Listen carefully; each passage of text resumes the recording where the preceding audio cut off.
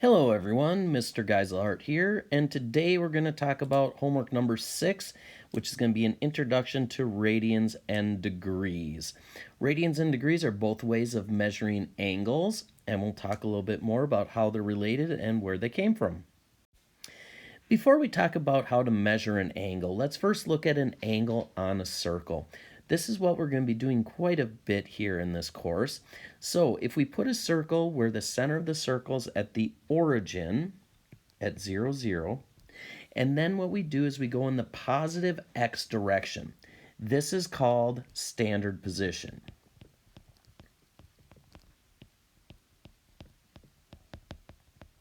Now, from standard position, you go counterclockwise, and that's considered an angle in the positive direction. So whatever angle theta is, we start there and we move. Now, we can continue moving around in this direction, and whenever you stop, that will give you a different angle. And again, that's considered the positive direction. You can also move in the negative direction, which is clockwise, and come up with an angle there, and that will be negative degrees there. Okay, the next thing I want to talk about is the way we measure a degree in a circle, and where did that come from? Well, I think you've probably learned by now that if you start in standard position, and if you go all the way around a circle, that is divided up into 360 degrees. Now, you might think, where did that number 360 come from? Well, originally, it came from the Babylonians and the Egyptians. And how they came up with 360 is kind of interesting. Back then, they realized that a calendar year is about 360 days, or 365 days that we know now. And what they said is, if you took the Earth and moved it around the sun, it would take approximately 360 days to go all the way around. So basically what they're saying is that the Earth will move exactly 1 degree per day. Now, maybe they knew it was 365 and not 360, but 360 is a number that's divisible by many other numbers. It's divisible by 2, 3, 4, 5, 6, 8, 9, 10, 12, 15, and so on. So there's a lot of numbers that go into it, so it's easily divisible. So you can divide this into many different parts evenly. For example, if you go 1/4 of the way, that's 90 degrees. You go half the way, that's 180 degrees. 3/4 of the way, that's 270 degrees, and so on back to 360 degrees. So then back in about 1870, mathematicians were looking at seeing, why do we use 360 degrees to go all the way around a circle?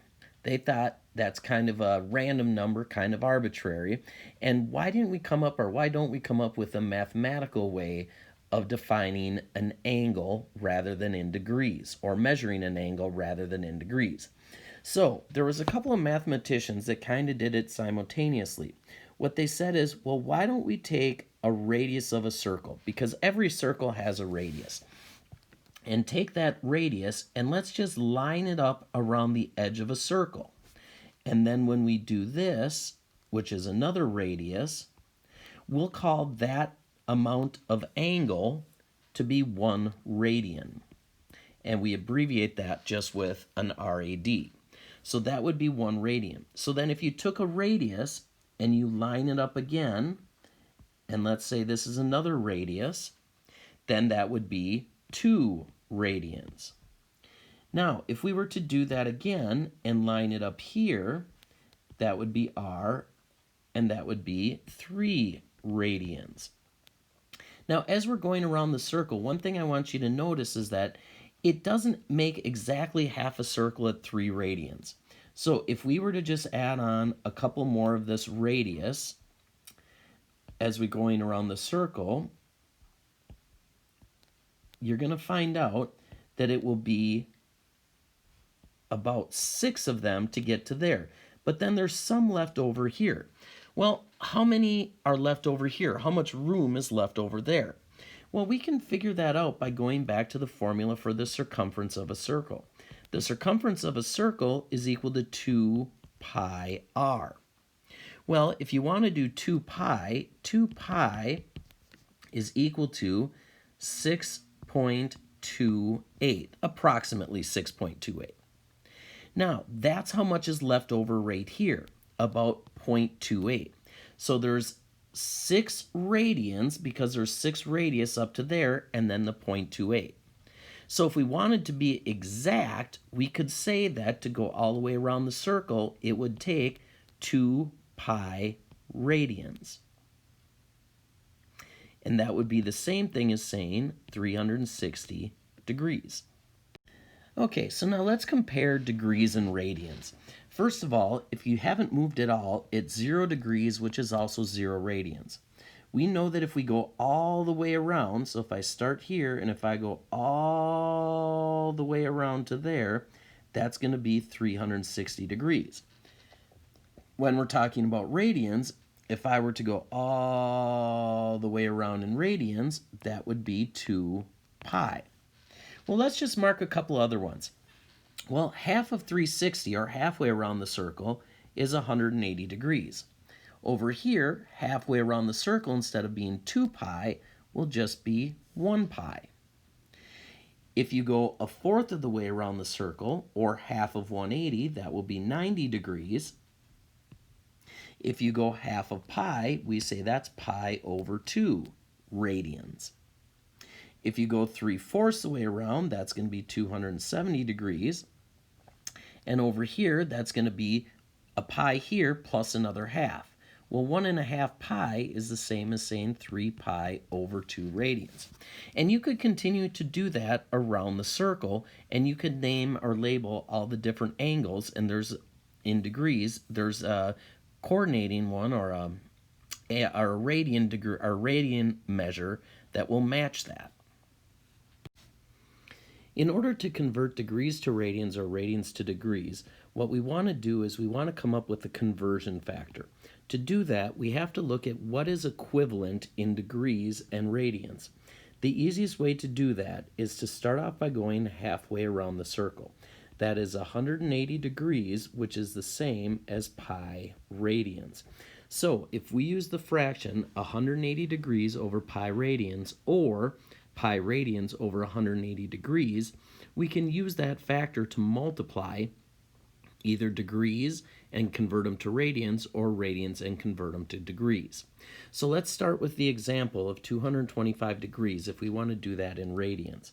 So I'm going to start with 225 degrees, multiply that by my multiplier. Well, it's either going to be 180 over pi or pi over 180. In this case, we're going to do pi over 180 degrees. Because we want our answer to end up being in radians, that has to be on top. Notice that when we do this, the degrees will cancel out. So I'll no longer have degrees as part of my answer. So then I'm going to do 225 pi radians over 180. Now, what I'm going to want to do next is reduce that fraction, which will be 5 pi over 4 radians. Now, if we want to do radians to degrees, we're going to do 4 pi over 3 times, now instead of doing pi over 180, I need to do 180 over pi. Now, the reason for that is that now I want to get my radians to cancel out, and I want my degrees to be my answer. So with radians on bottom, it cancels with radians there, pi cancels with pi there. So when I multiply this out here, I'm going to end up with 720 over 3 degrees, and what we want to do is we want to reduce that, and that will end up being 240 degrees. So basically what we need to do is, if you're going from degrees to radians, so if you're going from degrees to radians, you multiply by pi radian over 180 degrees. If you're going from radians to degrees, you multiply by 180 degrees over pi radians. Now we're going to talk about something called coterminal angles. A coterminal angle is just two angles that end up in the same spot. You might be asking, well, what do you mean by that? How does that happen? Well, let's take a look at this angle right here. If I was to go from here to here, let's say for the sake of argument that that's 60 degrees. Now, I could also go all the way around there, which would be 60 degrees plus 360 degrees, which would actually be 420 degrees. So I would still be in the exact same place. So 420 degrees and 60 degrees are called coterminal. So what happens if we start with an angle like 925 degrees? How can I figure out which side or which angle that is coterminal with? Well, really what we're going to do is we're going to undo that 925 degrees. In other words, I'm going to go backwards around 360 and then I'll end up in the same place. So if I just keep subtracting 360 until I get to a number between 0 and 360, then that means it will be my coterminal angle. And really, these are the angles that we're most concerned about, is the ones between 0 and 360. So a lot of times if we have an angle like 925, we'll want to find out which angle is coterminal with that between 0 and 360 degrees. So in order to do that, all you need to do is just start subtracting 360 until you get to a number that's between 0 and 360. So the first time that I subtract 360, I'm going to get 565. Well, that's not between 0 and 360, so I have to subtract 360 again. And when I do that, I get 205. Well, 205 is between 0 and 360, so that's going to be my coterminal angle. We can use the same idea with radians. In order to do this with radians, what we're going to want to do is subtract 2 pi, because just like 360 degrees goes all the way around the circle, so does 2 pi radians go all the way around the circle. Now, it's a little bit trickier because we're dealing with fractions. So if I start with 20 pi over 3, I want to subtract 2 pi. Well, in order to subtract fractions, I need to have a common denominator. So I need to write an equivalent fraction to negative 2 pi that has a 3 on bottom. I get that by multiplying the bottom by 3, which means I have to multiply the top by 3 as well, which will give me 6 pi. So I'm going to be subtracting 6 pi over 3 each time until I get to a number that's between 0 and 2 pi. So if I start off here, I'm going to go ahead and subtract 6 pi over 3, and that will give me 14 pi over 3. Well, I know 6 pi over 3 is 2 pi, so it has to be less than 6 pi over 3. So that means I need to subtract again. So I'm going to subtract 6 pi again over 3, and that will give me 7 pi over 3. That's still a little too big because 7 is bigger than 6. So I'm going to subtract 6 pi over 3 again, and that will leave me with just pi over 3 radians. And that is coterminal with 20 pi over 3. So in the top part, we just subtract 360 until we get to a number between 0 and 360. And here we subtract 2 pi until we get to a number between 0 and 2 pi. Okay, now we're going to look what to do if we have a coterminal angle that is negative. Well, it's very similar to if it's positive. The only difference is that when we go around the circle, if we go around to like this one here, we're just going in the other direction. So to undo that, instead of subtracting 360, I'm going to add 360. So if we start with negative 1025, if I add 360 to this, that's going to give me negative 665.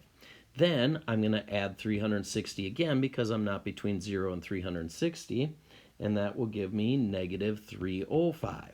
And again, if I start with negative 305, I have to add 360 again, and then I'm going to end up with 55 degrees. So now that number, 55 degrees, is in between 0 and 360. So that's going to be my answer. Same thing with radians. If we start with negative 19 pi over 3 radians, I have to add 2 pi now instead of subtracting it. So to add 2 pi, that's adding 6 pi over 3, which will give me 13 pi over 3, and then and then I have to add 6 pi over 3 again, and that will give me negative 7 pi over 3. So if I have negative 7 pi over 3, I have to add 6 pi over 3 again. So that will give me negative pi over 3. And one more time, I'm going to have to add 6 pi over 3, and that's going to give me 5 pi over 3. So now this is between 0 and 2 pi. So that will be my answer here, 5 pi over 3 radians. Okay, the last thing we're going to talk about today is quadrants. You're probably pretty familiar with this. This is quadrant 1, this is quadrant 2, this is quadrant 3, and this is quadrant 4. You may have wondered in the past why they're numbered that way, why it starts with quadrant 1 up here and then goes this direction counterclockwise around. Well, notice that that's the same direction as the rotation in the positive way. If you start in the standard position and you're going this way, this is the first part of the graph that you'll come into. So that's why this is called quadrant 1. If you keep going around, the next one you go to will be quadrant 2, then quadrant 3, and then quadrant 4. So that's why they were originally labeled the way they were and were numbered the way they are. So if you want to figure out what quadrant it is, we have to look at both the degrees and the radians at each one. So for the first quadrant, it's between 0 and 90 degrees, or pi over 2. The second quadrant is going to be between 90 and 180 degrees, which is pi over 2, or pi. In the third quadrant, that's between 180 and 270 degrees, or in radians, that will be 3 pi over 2. And then back here, quadrant 4 is between 270 and 360 degrees, which is also 2 pi. So when you're figuring out what the angle is, whether you're looking at one that has a coterminal side like we just worked on, you can go ahead and get that, figure out what it is between 0 and 360, or between 0 and pi, or 2 pi, and then you look on the graph and you see which quadrant it will lie in. So that was the presentation for radians and degrees. I hope that was helpful, and good luck.